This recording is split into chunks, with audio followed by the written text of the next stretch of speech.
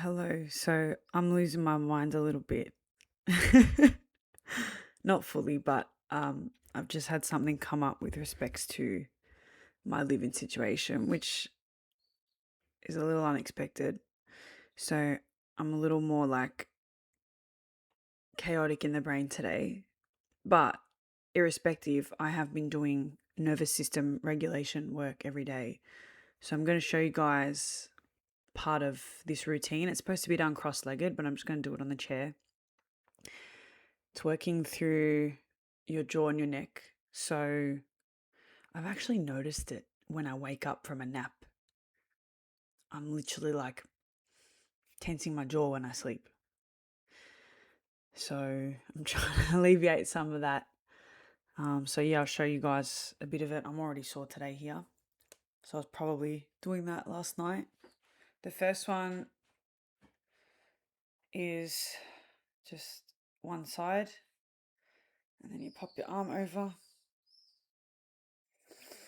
And you're trying to breathe through the area. Take the breath there. If you want to add more, you can put your arm out. And then you slowly go up and down. And you repeat that on the other side. I'll cut it out, but I'll do it. It's funny how we think like working in the other way isn't work. You know what I mean? Like either way, you're still dedicating time to your body. You know what I mean? Just because you're not going up doesn't mean you're not working on it.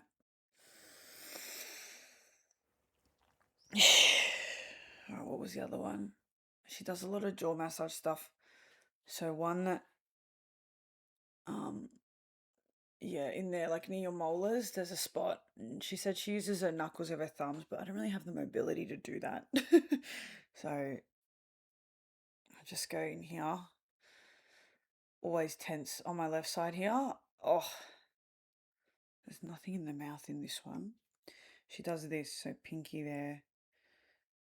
And then here, where your forefinger lands. Yep, always sore in there too. And then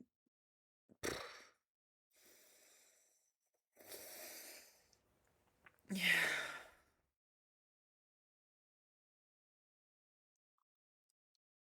This is where I get a lot of clicking. So funny how it works. Like my left jaw is sore, but my right shoulder is tight. You know what I mean? The body just always works to like balance you out. A day where there's no soreness, is that possible? That's my goal. Way less tightness in the body.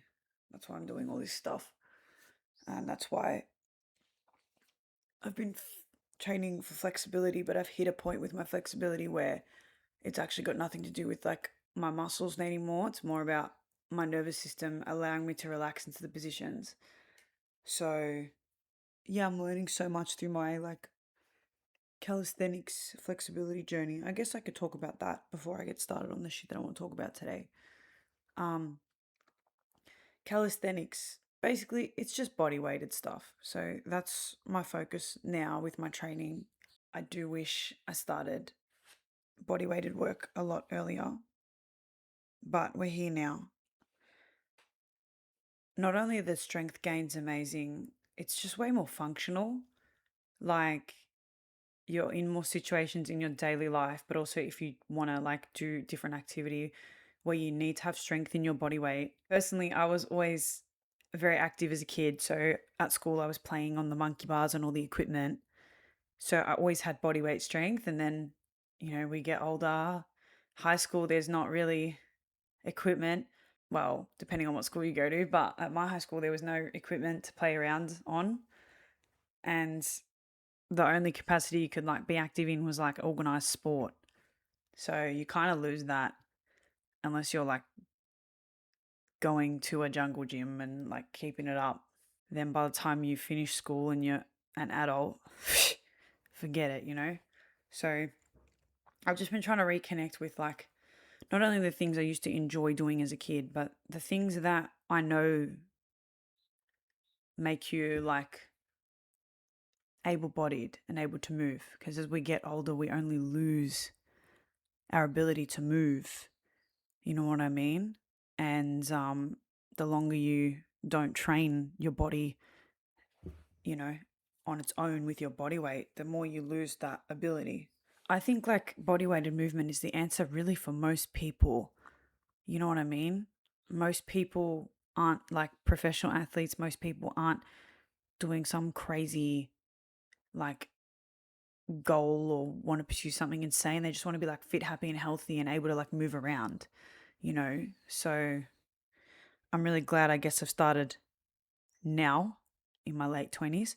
Should stand me in good stead for the foreseeable future, whatever it entails. Anyway, first I'll tell you what's on my mind so I can get it off my mind and I can continue with this. Like I said, I've had a bit of a misunderstanding. Well, for long story short, I've had a misunderstanding with my landlord. And this is why communication is very important. And lesson learned here. Sometimes even if you speak in the same language, you can interpret things differently. So,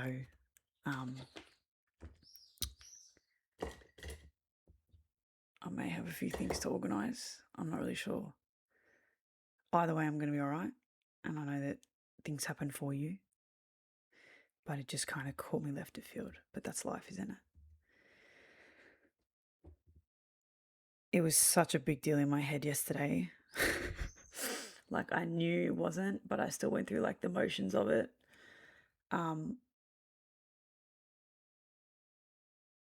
When you do life alone, these things that normally would be like a lot easier to deal with when you have like other people around you reassuring you or like helping you think different or whatever, would be a lot easier. And when you're alone and it's like you have to be that person for yourself, you know. It's also why I'm recording these so I can like listen to them back, hear what I'm saying, and like create as I'm speaking, you know. So these have become like it's funny, I started and I was like, yeah, whatever, I'll just do a couple, and now I'm like, actually I think these are going to be integral for my next steps. So the main thing I wanted to talk about today was relationships, and I'm probably just going to put relationships with a question mark in the title because I'm not going to sit here and pretend to know everything. I'm not going to sit here and be a guru. And I'm also not here to tell you what you should believe. This is my take, you know, take it or leave it. This is what I feel as though I've learnt through witnessing all sorts of connections, being in all sorts of connections, and, you know, witnessing dysfunction a lot of the time. I've learnt a lot of what not to do. And also moving through connections unapologetically. You know what I mean? It taught me a lot too. So basically, I want to talk about the place relationships hold in our life. I want to discuss projection and awareness. And then I want to talk a little bit on soul contracts. So again, this is like a very spiritual topic and you'll find a bunch of information on it with a bunch of people saying different stuff. I want to try and bring it down to earth and again just sort of share what I believe and what I've sort of found through my time learning about this stuff, but also just experiencing it. So hope this is an interesting discussion for you.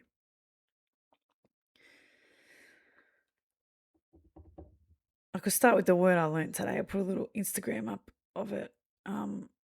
So I jumped on TikTok this morning for a little bit, maybe about half an hour, if that. I actually did well this morning.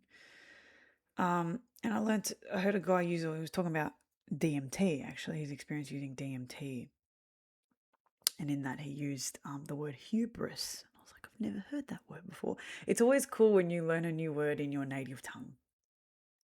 You know what I mean? It's like, oh, what? So hubris means excessive pride or dangerous overconfidence. interesting word. I did the translations in the other languages as well and found that French typically have an extra way to say it. Orgueil démesuré. It's so extra, isn't it? Orgueil, so that's an R there. So I've got a orgueil, Gueil, orgueil, and you don't say the L like bleh, you just say orgueil with a little L. And if there's two L's, you'll say yeah, orgueil démesuré with two accents, démesuré. Or démesuré, actually, more correct because that second E doesn't have an accent. So, démesuré. Because E in French is a E. A, B, C, D, E. Welcome to French class. Anyway, it's such a tough language. But once you get the accent, it's actually quite easy. Like, it's actually grammatically got a lot of rules, which is a head fuck, but once you know the rules, it actually is easy to like say. Yeah. That's a bit of French. I love French. It's a shame that I hate France. I shouldn't say I hate France. I hate Paris. I do hate Paris. Like, I don't know, when you can speak French people really like it. And when you don't butcher the language, they actually really like it. And they'll like open up to you. It's crazy. It's fucking crazy. Anyway. So, excessive pride. I don't know. I kind of want to talk about that. Because you've got to be confident in yourself and in life and all that. But you don't want to have excessive pride. I don't really know where I'm going with this, I'll be honest. A way in which I've seen excessive pride recently in my life is with respects to change. I think when something's been done a certain way for a long amount of time, you develop a confidence with it that then can turn into cockiness or arrogance or an excessive pride. I think it's an ego-centered quality. And I think we're allowed to be confident and we're allowed to feel good and we're allowed to, carry ourselves with a little bit of that. But I think when it comes into the point of thinking like we're untouchable or we run everything and we're the most in control and we're powerful, I think that's when you cook yourself a little bit. And even that, like, why I've sort of moved more into like my spirituality through religion instead of just continuing along the spiritual path is because I think it's very dangerous when you say things like, I am God. And I get the point of people saying that. Like, it's like about God consciousness and it's about like Christ consciousness. And that's what I believe Jesus's message was. I call him Jesus. Everyone calls him Yeshua, or in Islam, they call him Isa, Christianity, Jesus. I like Jesus. That's just the Spanish name, but it sounds good to me. So I call him Jesus. But I believe his whole message was it's about unlocking that within you, and that like God is accessible via your channels, via your body, via everything. And that's really the closest thing for me was Islam, of like, yeah, there's one God and you can develop a connection with him, and he's always there and like closer to you than your jugular vein sort of thing. So to me, it made the most sense. And what I've learned recently is he actually used to call, because I think he was technically a Jew, but Jesus himself used to call God like, they say Allah, he used to say like Allah, I think, or something. So, yeah, that's a big, well, it's not a big rabbit hole. Basically, just like, I believe Jesus's message was contorted. Like, how are you going to write a book about his word after he died? Doesn't make sense to me. That's why I'm a Muslim. Alhamdulillah. Anyway, yeah, so I think this idea of saying like I am God and like we are God, I think it is a dangerous thing to say, because we're not.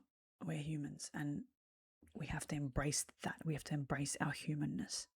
Of course, we want to live in flow and live with spirit, but we're here on the planet and we've got physical bodies and we're supposed to use that, right? If we were God, we wouldn't have bodies. So, moving forward with that, I wrote a little poem. I was going to say, I wrote a little rap song on my Blackberry, but I already made that joke. But I fucking love that video so much. But I'm in a mellow mood. I don't want to fucking get out of it by making a stupid joke. By the way, this state that I'm in right now, very rare for me. I'm so like up and about all the time. And I'm trying to learn how to sit in this mellowness without like feeling depressed.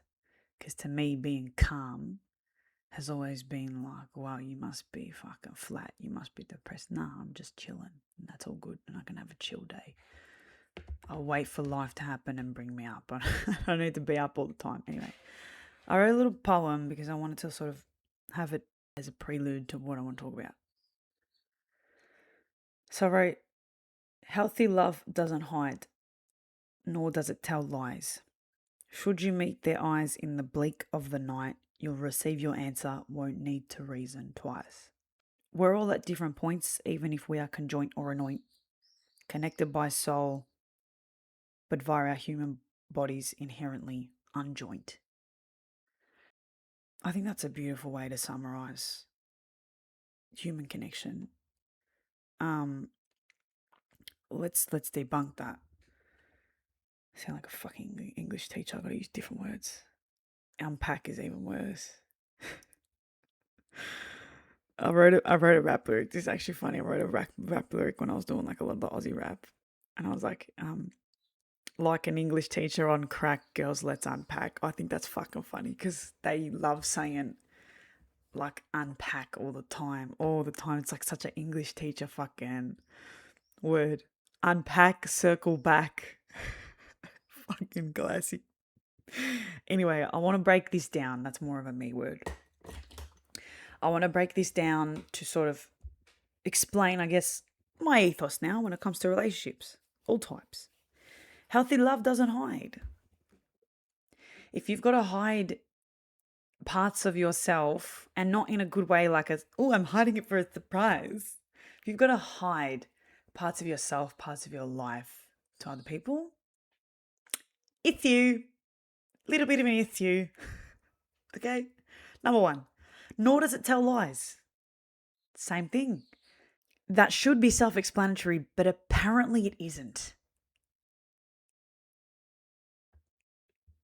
If you have to lie about what you're doing or your whereabouts, or lie to the point where you're creating a version of yourself to other people that isn't actually who you are and doesn't align with like who you are, then there's obviously an issue in the way you're relating to others. You shouldn't need to lie. There's white lies, and there's white lies in circumstances like not needing to tell the full details because it's not relevant. There's white lies of like you don't know someone very well and it might be an easier way to dismiss them or to like just get on with your day. There's lies, little lies like that don't harm anybody, that just like make things a bit quicker and concise, but like going to the extent of lying about what you're doing, who you are, who you're with, and more to the point, should you be repeating lies? That's actually a really dangerous thing, and that can turn us into very, very anxious people. I had a friend, a lovely friend, and unfortunately, because of the strictness within her home, she had to lie about a lot of things. And over time, I watched it change her. Over time, I watched it become her default, and it actually fried her because she had to lie for so many years about something that if she was in a healthier, more accepting and open, progressive sort of situation, household, she wouldn't have had to, but she did, and it completely altered who she was. You think you're in control by lying, but you're actually really only creating your experience. Should you meet their eyes in the bleak of the night, you'll receive your answer, won't need to reason twice. So it doesn't literally mean in night. It just means eyes are the window to the soul, right? And when you look deep into someone's eyes, you'll be able to know what's going on. You'll be able to pick up on it. Okay, in the bleak of the night, it's more saying without distraction and like a genuine like lock in what's going on here. You will register that quickly. We know things. Eyes are the window to the soul. We can pick up a lot of stuff, right? We do. If we're blessed enough to be able to see. Alhamdulillah. You'll receive your answer, won't reason twice. Exactly what I just said. You will know at a soul level what's happening in real time, in reality, with you and this person via the eye contact. It'll tell you everything you need to know. It will tell you beyond those potential lies. It will tell you beyond the potential hiding. It'll tell you beyond the words even. It'll tell you even beyond the actions you see. That's what you trust. That's how you'll get whatever answers you need. And that's how you'll be able to see who they are or what they're being. We will dig on that. What they're being. We're all at different points, even if we're conjoint or anoint. Conjoint means like attached, and anoint is more like legally binded. Marriage, parent, child, parent, guardian, child, whatever. Connected by soul, but via our human bodies inherently unjoint. So that's, where it's like, yeah, like we're all connected and like you'll be able to tell via the soul and everything's whatever, but hang on. How do you wrestle with that with having like individual bodies? Like, what? What do you mean? Like the soul knows everything and we're spirits, but then like I'm in here in my own vessel. So that's supposed to sort of fuck you in the head a little bit. And that's really what I want to debunk today is the fact that like, all right, we've got this shared conscience. We've got this ability to connect via eye and like pick up on things without words and all that. And we know that's like a spiritual thing and a soul thing, but like, then how do you explain the fact we're all here in these bodies? Like what? And we're going to learn today together. We're all at different points, right? What I've learned, what I've heard a lot of, which has never made sense to me, is like you're here to raise the consciousness of the earth. And when you're really stuck in your ego, or your ego's more dominant, that's not going to make sense to you at all. I'm here to fuck around. I'm here to have a good time. Like, what's this bullshit of raising the consciousness of fuck that? I just want to live my life and I want to be happy. Well, yeah, okay. But living your life in a way that's like, meaning you don't have to hide, you don't have to tell lies, you don't have to pretend to be someone you're not. That's the best way you're going to feel, right? And that's also going to contribute to elevating those around you. And then in turn, that is what elevates the consciousness of the planet.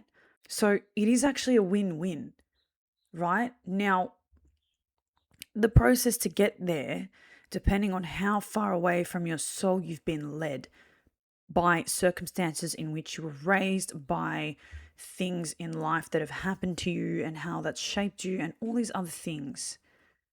There's a different path and different process for everyone. We're all at different points, like I wrote. We're all figuring it out. All right. But if your intention is to live your life in the most like honorable, pure, I'm going to use that word, we'll talk about that too, pure way, right? That's harmless. You don't cause harm to people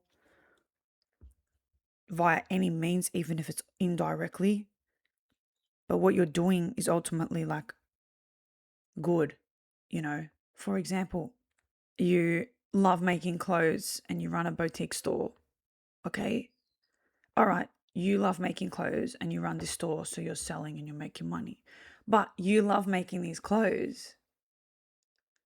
You probably love the way they look when they're finished, right? Therefore, you will also love someone appreciating that and purchasing that off you and wearing it and feeling good in it. It's a win win, right?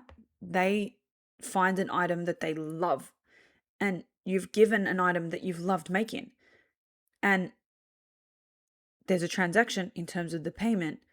You've set a price for this item that you've made, all right? Or repurposed or whatever. You set a price and they've met you at that price and they want the thing. And that's how it works, a service. You give the thing, they give you something back, right? You give the thing, they give you something back. That's how it works. A perfectly standard, normal exchange that doesn't harm anyone. If anything, both parties benefit. Late stage capitalism has fucked that a little bit. I don't want to go fully into that, but you get my point, hopefully, where selling hasn't become that anymore. I love nothing more. That's what I've loved most in Europe here. Like, you go to like your local fruiterer, you go to like your local boutique, and you like know that, these people have selected these things and like gone to all this effort to like create this thing. And you know that when you buy that, you're directly like lining their pocket and supporting them as individuals, them as local people. It's the best shit ever. I love it. Whereas you go to like a big store, okay, maybe it's cheaper, but where's this shit coming from? Who made it? I'm not connected to the buyer, and it's not just about making a sale when you're purchasing locally. It's about, like I said, that exchange. You know what I mean? Which that's how community is sustained, and it is a really big issue, particularly in the West, and it is starting to creep into Europe. There's a lot of resistance, and I don't blame it, but it's here a little bit. I can't say Spain is all of Europe, though, and I can't say where I am right now is all of Europe. It's definitely a unique place, but that's also why I came to Europe, because there's a lot of resistance to that, and I appreciate that. I want to go back to, should you meet their eyes in the bleak of the night, you'll receive your answer, won't need to reason twice. That relates to we're all at different points. So this is some advice, take it or leave it. What I think is people meet you where they are or where they're prepared to be. Okay? So it's actually got nothing to do with the person. When you realize that conflict or even flow has not much to do with the person and all to do with the frequency you're both able to hold to share that space, it changes the game a bit. What I mean by changing the game is that you start to see connection through a different lens. Now, this is not a lens that the majority of people across the planet, I'm going to say it, see relationships with because of bond and attachment, because of even if we are conjoint or anoint. And in a lot of cultures, most cultures, you're bound to the family you grow up in.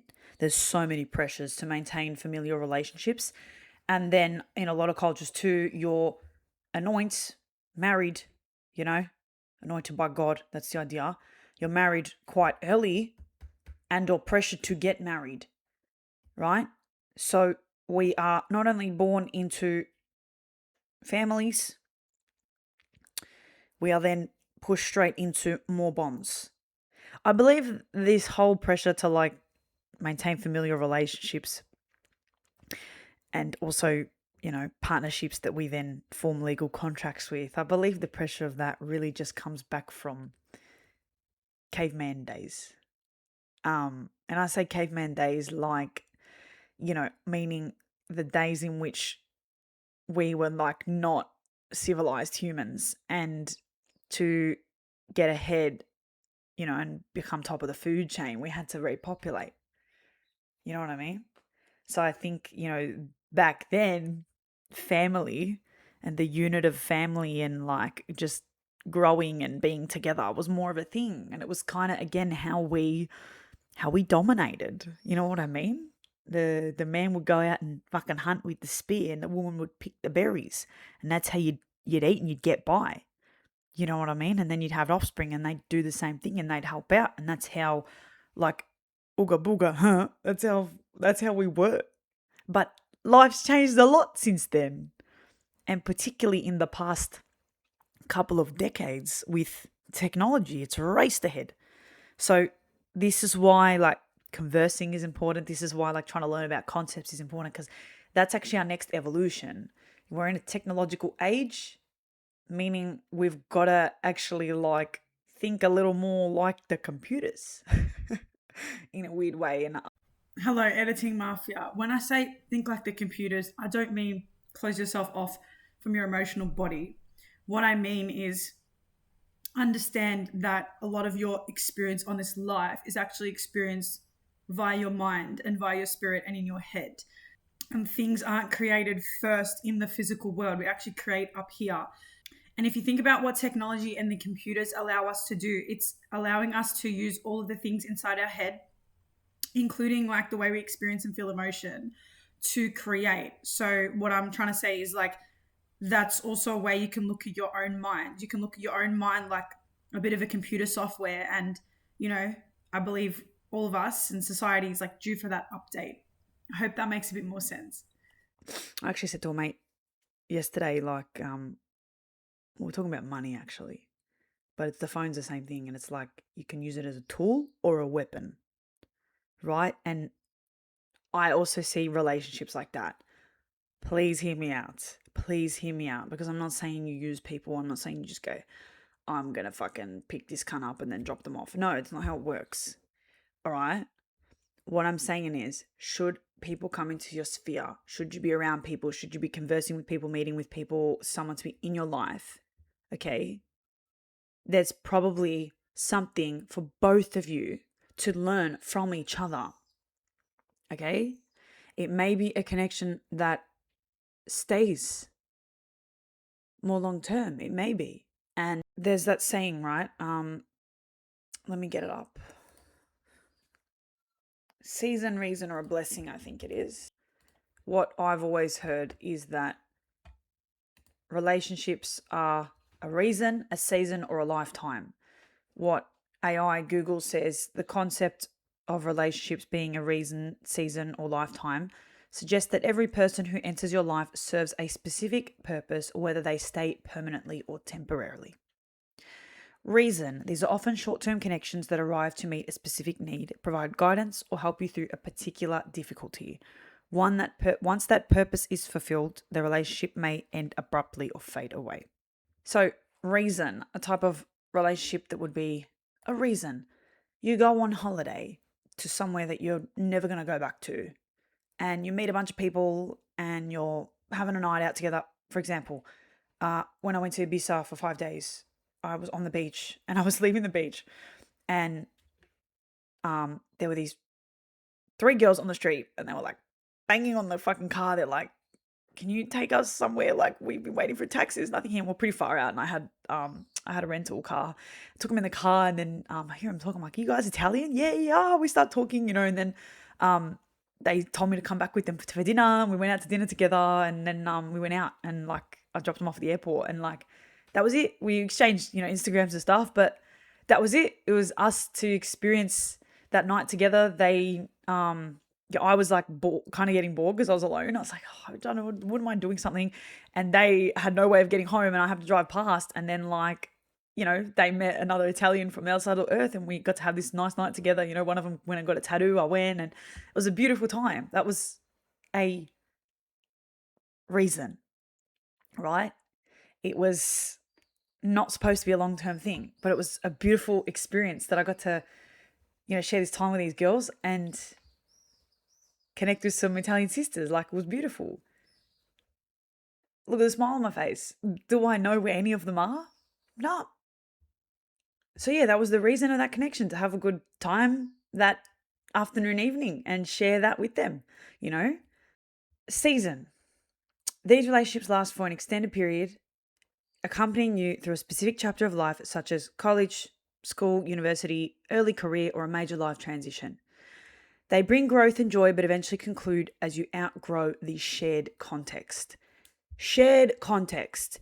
That is probably one of the best descriptions of a relationship I've heard. It's a shared context. Okay? That's all it is. Call me cold, call me an Aquarius, call me dissociative, call me whatever. It's a shared context, right? Because who wants to be with someone else if you aren't both benefiting somehow? There's so many types of relationships. There's business partnerships, there's intimate partnerships, there's friends with benefits, there's going out friends, there's close friends, there's friends you talk to about deep stuff, there's colleagues and school friends and blah, blah, blah, blah, blah. The list goes on. What are you all doing is sharing something, some sort of thing, whether it's like time and energy, whether it's like money, whether it's like ideas, whether it's, a deep supportive type of connection. And it's always talking about deep stuff, I had a friend reach out to me from Australia recently, and she's literally said to me, I haven't had a deep conversation since you left. I'm thinking, how do you not have one person in your life in 2 years you haven't had a deep conversation with? I happen to be that people for a lot of people. You know what I mean? I happen to be the one that, you know what? There's something going on, there's something deep, I can go talk to her about it. That's why I do this work, because that's kind of where I sit. So with me, a lot of people shared context with me is this deep shit. That's the way it is. Is that all of my connections? No. But has it been the majority of my connections? Yeah. Why? Because I think the rest of it's bullshit. I think small talk's fucking waste of time. You know what I mean? I might do it to like ease tension, or if I'm fucking at a cafe. Even then, if I'm at a cafe and I'm sitting there long enough and the server's bored, I'm start asking about her life. I think it's interesting. I think we learn through people too, right? So back to more reasons. We learn through people. You never know what one conversation or hearing what one person's like story is or whatever like can do to you. You know what I mean? And also, you don't know what you could provide someone either. And it's just like a nice, harmless way to fucking spend time. And it's a nice way to spend time. So they bring growth and joy, but eventually conclude as you outgrow the shared context. Now, this is where you probably get more friends and lifelong friends. You might have like a season together that like makes you really close and you bond heaps, but then you have seasons off. Some of my closest friends, like we drift in and out. You know what I mean? It just kind of happens. We all have different seasons, but they're still my best mates. Do you know what I mean? That's kind of natural with life. I have mentioned a couple of times on my TikTok, and I put up an Instagram story a while back. There's disrespect within that. Okay? And I want to mention it here again because I don't give a fuck. I had long-term friends like this that were friends that we went through many seasons together, but as we got older, obviously, seasons shift and change. And I full got ghosted. Known people 20 years of my life, full got ghosted. That's not, the thing's outgrown and whatever. And you, all right, it's outgrown, but it doesn't mean you can't do someone the respect of a response or the respect of an explanation, especially when you've known someone that long. That's where I believe disrespect comes in. That lack of communication, that lack of willingness to communication. And if you've been through many seasons with people, okay, whilst you don't owe anyone anything really, when especially health is the first thing that needs to come into consideration, okay, should you have shared multiple seasons with people and actually formed a bond at some level of a connection, all right, you owe a level of respect with that. Okay? And it doesn't have to be straight away. It's ideal if you can fucking drop your pride, if you can leave your hubris aside, right? It's ideal if you can, and at least be direct and straight up. But it's nice if at some point you can come back to the connection and say, hey, sorry.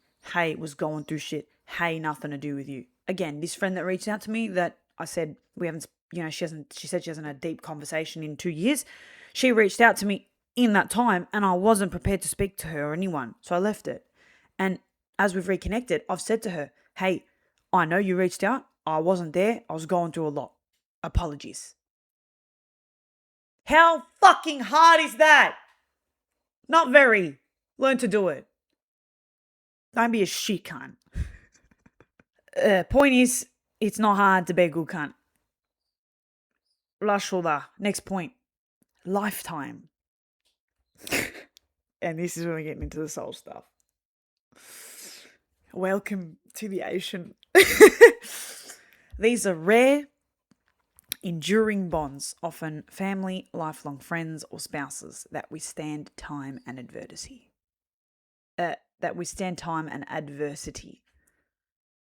They teach lifetime lessons and provide a solid emotional foundation, requiring mutual effort and resilience to maintain. Yeah, resilience.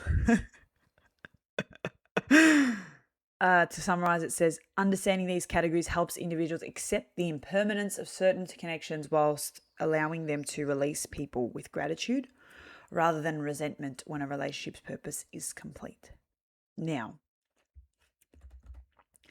lifetime connections, this is where we need to learn to differentiate where people are and where people sit.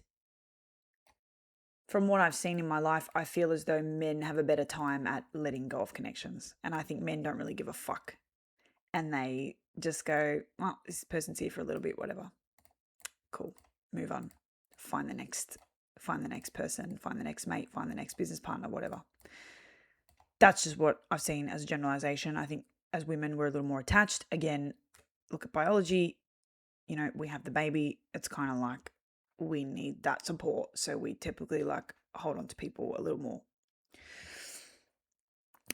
However, I haven't just seen that. Men, women, I'm just making a generalization from what I've seen. My 2 cents. So, lifetime bonds. This is super hard for me to talk about because I'm super comfortable with the reason and the season. La la la la la. I'm super comfortable with that. So lifetime connections, let's talk a little bit about that before we go into it. These are rare. These are very rare. What happens, I believe, via the pressures to maintain the families we're born into and also quickly make other ones, is that I think a lot of us choose season and even potentially reason people for those lifetime connections. Now, it does say here, it requires mutual effort and resilience to maintain. So there has to be some level of mutual effort and, resilience for two people to become reason, season, and then turn into lifetime. I get that. However, I think these lifetime things are more of that deeper soul stuff. And what I feel is that because a lot of us are very disconnected from our souls, given the fact that we are not only pushed into certain things just because of societal pressures, such as, roles, gender roles, also job roles and career and school and things like that. We're pushed around through that. But then also we're told to go and find someone and settle, and we have to maintain all these connections that we're born into, and we have to do all this. We have to do so much. It's like you grow up as a kid and nothing matters, and then all of a sudden you get older, you start to get older, and it's like all these things just come out of nowhere. And you're like, what the fuck? I was just kicking back and having a laugh 2 minutes ago, and now I've got all this shit. What the hell? And this is what I'm saying. I feel like we just lose touch with our actual spirit so early on in the piece. And then if we're lucky enough to actually reconnect with that somehow, we get to then spend the rest of our life refinding that. Some people are lucky enough to even be born into situations where their parents are aware and awake, and their parents actually raise them with that openness, and then they don't even have to rip off layers. It's pretty insane. Some people actually grow up like that. Beautiful. If I ever have children, I hope to raise them that way. I was really in flow there. Helps when I close my eyes, hey? I can think better. Not even. I can just flow. I'm not really thinking. I'm just talking. I don't even know what I just said. I actually don't know what I just said. So I might have to listen to that back.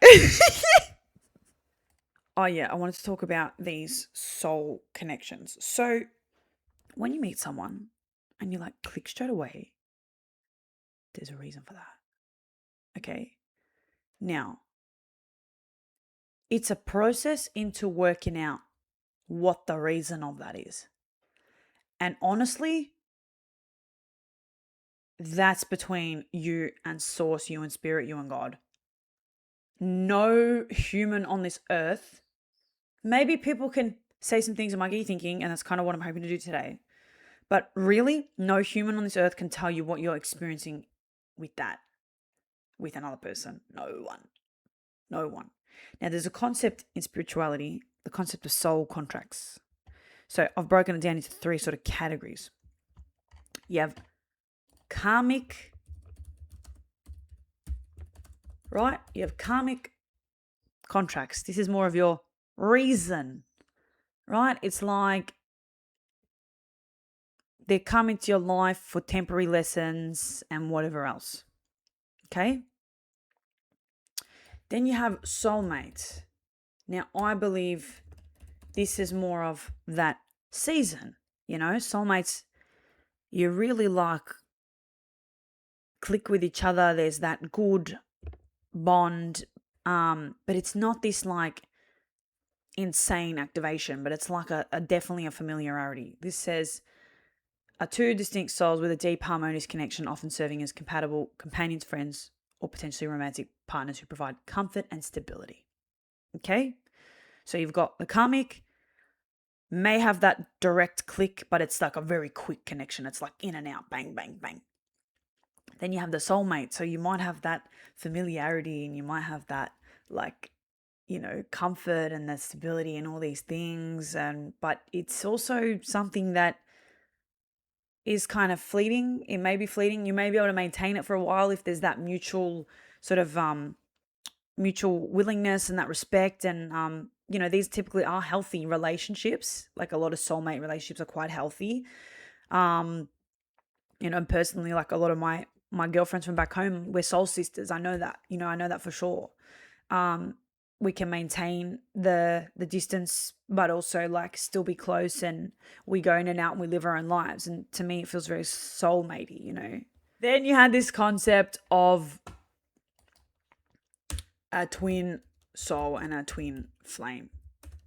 Now, so much information out there on it. Okay. So many people saying all sorts of different shit. A twin soul is basically a very, very instant recognition of some sort. And it's also called like a mirror soul. These are quite rare, but they can happen. And what they do is they projectile you into the depths of who you are.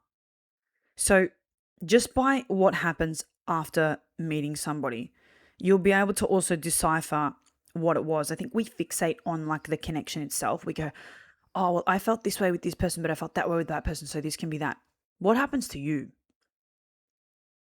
Right? So there's also concepts within this twin soul. There's another thing that I've just found out called twin ray, which is a branch of twin soul. This says twin souls is, or twin flames, also known as twin flames. I don't like that word. Twin souls is two separate souls, but they're identical. So you mirror each other, apparently. Whereas this other concept of twin ray is it's one soul divided into two halves, similar to identical twins. So it's actually a shared soul. So you have like an oversoul in two bodies, but it's the same soul. A wild concept. Okay? Should this happen to you, all right, you will know. All right? So it says here, Twin souls are described as two individual souls that are identical in frequency and essence. They are often compared to fraternal twins, meaning they are distinct identities that mirror one another. So twins that aren't like fucking Siamese or identical. They typically incarnate together in the physical realm and catalyze rapid spiritual growth, often through intense emotional highs and lows. Twin rays, these are considered a higher, more evolved connection where the connection is literally the spiritual other half of oneself. They originate from the same source or soul group and are compared to identical twins. In many teachings, twin rays do not necessarily incarnate in the same physical lifetime, instead supporting each other energetically through higher dimensions, such as 5D consciousness to fulfill a collective divine mission. Wow. Now, when you know that there's these types of relationships out there, why on earth would you even bother trying to maintain a reason or a season? Why? When you know that there's this magic potentially available to you. And if this has stumbled across your freaking timeline, then you're probably on this somehow, right? That's how it works. You just kind of find it. It finds you. So I started to learn about this stuff years ago, probably sort of around the time I was breaking up with my ex. Because I was like, wow, this is available to me. We were soulmates for sure. But we weren't like, we didn't have this. And I was like, knew this was out there. I'm like, fucking oath, I want this. Now, I said I wanted it. I didn't realize all the upheaval that it would come with. But be careful what you wish for, because God always gives you what you want. And he doesn't give it to you in the way you want it, but he'll give it to you. Let me tell you that. So another thing with these types of connections, should you have, activated this type of connection or feel this type of connection in your conscience, to me, it's wild that people can feel it. I mean, I guess even knowing that it exists and then like being excited by it is kind of feeling it, right? Anyway, I feel really embarrassed to admit that like I'm in one of these. I don't know why. I don't like talking about it because, again, you talk about it, people think you're fucking insane. People think you're in a state of limerence, which is possible and actually is part of the journey. You get in that state of like obsession and limerence, and that's part of like a thing you need to shed and learn about yourself.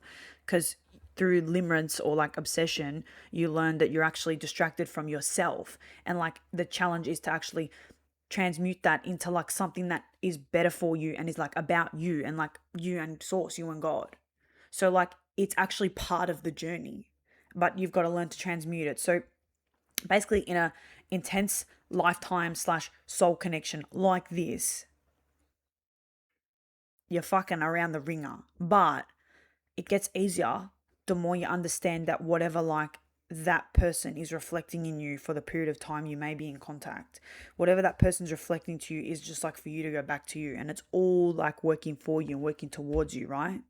So the idea of these connections is that they're super duper spiritually activating and they're fucking crazy and they're like outer worldly, quite literally.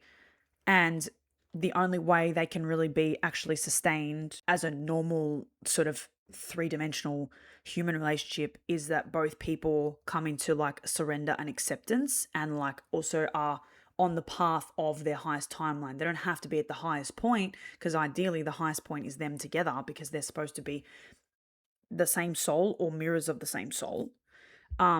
So the highest point would be that unison. However, there's a lot of internal work involved in that. Now, a lot of people make different reports. A lot of people say different things. Some people even choose to opt out of this. Some people may meet. We all have free will. Some people may even meet a twin and decide it's way too tumultuous and like, I don't want to do this anymore, and actually find more peace in a soulmate. Okay. And some of us embrace the journey and just decide, well, however long this takes, I don't care, because like I want to live my highest timeline. And the idea of it too is that if you are like particularly a twin ray, the idea of that is, what if you share the same soul, that like what you do with your soul also affects them. That's the idea. again, though, people have free will. And I think like I'm still learning, and I'm honestly just trying to focus on like myself, if I'm really honest, because like to focus on the physical world or to focus on people, it's just like, why? Like, why would you spend time doing that?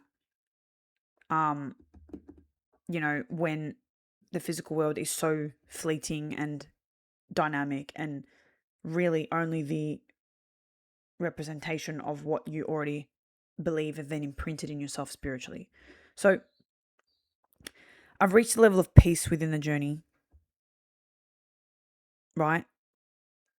Because I trust in everything and I trust in the way that it was activated, it will be also complete. But that also has isolated me a lot more from this three-dimensional world, whilst it's made me realize like, oh wait, not only are there like actually, there are better people out there for me, like that like I'll get along with more and that are more like soulmates and all that. Fuck man, there's actually like someone out there who like literally feels and sort of thinks exactly like me. That's fucking crazy.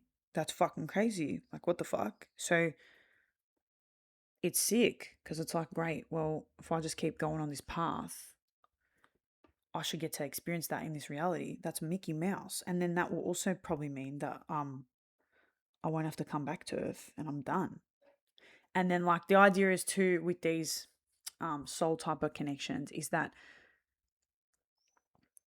you actually they're supposed to be like a shared mission.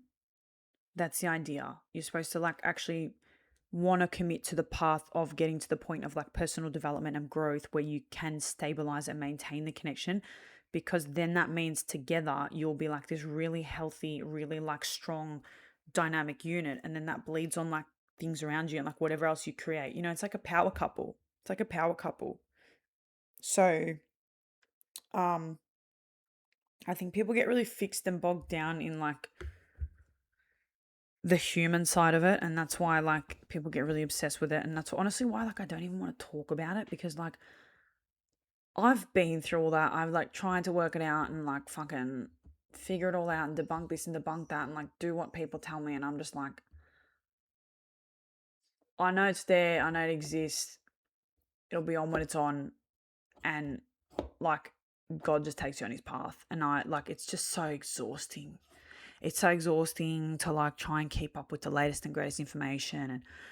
And I don't even know how much I'm going to include in this podcast, really, because I don't even want that to be like something I continue to speak about on this fucking page, if I'm honest. I just kind of want to mention it because I wanted to give anyone hope that feels like they're just not meeting the right people, or they're not around the right people, and they're lonely and shit like that. If you have this feeling inside you where you just know there's like someone out there like you just know that there's more for you, like that's what you follow. That's what you go off. So I hope that like me mentioning these lifetime sort of soul type of connection relationships like got you excited, because that's the point, right? We're not supposed to be here and just maintain shit that like doesn't really make us feel electric and doesn't really like ignite us and push us into our highest version. We're not. And the quicker you accept that and just go, all right, well, I'm going to go into this then. I'm going to go deep with this and I'm going to like see where this takes me. The more you get to embrace these journeys and stop projecting as well. That's another big thing I want to talk about, and I finish on this. When you understand relationships are there for a purpose, you understand that people project onto you, but you also project onto people. You get to a really interesting point along your healing and I guess soul cleansing journey, if you want to call it that, where you understand that like people trigger you and you trigger people, and you become a lot less affected by everything, even the crazy shit. Now, it's not a reason for you to like allow crazy shit to keep happening, or to like just say, well, I understand why, so I'm just going to keep putting myself back in that situation. No, if there is that really gross projection on your part, on their part, that's where you have to go back inside and go, okay, well, what the fuck was that? What was that? Why did that happen? Let me work through that. And that's how this journey of a really, really intense sort of twin soul mirroring type of connection, okay, is supposed to help you. It's not there for you to like hate your life. It's actually a blessing from God. If you're like lucky enough to be spiritually open enough to meet someone who mirrors you in that way, and like you have this crazy out of body experience when you lock eyes, that's a blessing, and it shows that your soul is a little more old and a little more developed, and you're ready for that and you're ready for the intensity. So I think if it's like true and you are really on the path, take it as a blessing and understand that like it's going to be tough, but it's tough in a beautiful way. It's tough to like help you grow, butterfly in the cocoon, guys. First it's a little slug, then it goes in the cocoon and it turns to mush and it's nothing, and then it comes out as this beautiful butterfly. So everyone remembers the butterfly and everyone wants to be the butterfly, and you can be the butterfly, but sometimes we got to go into the cocoon. And we're humans as well, right? We don't live for 12 days. Butterflies, I don't know, they live for like a couple weeks. They go into the cocoon for like 12 days and then they live for a couple weeks. But we do that many times in our life. We got to go into little cocoons. And you know what? Cocoon doesn't have to even be a week or a couple months. It could be a day. You can go on a cocoon for a day. That's okay. Sometimes you need that. And then the next day you come out, butterfly, dust your wings off. That's also how we can live too. And that's also okay. We don't have to be on every day. We don't have to be flapping our wings every day. We also need rest. Anywho, I'm going to leave it there. I think I've said enough for today. Peace, Mafia out.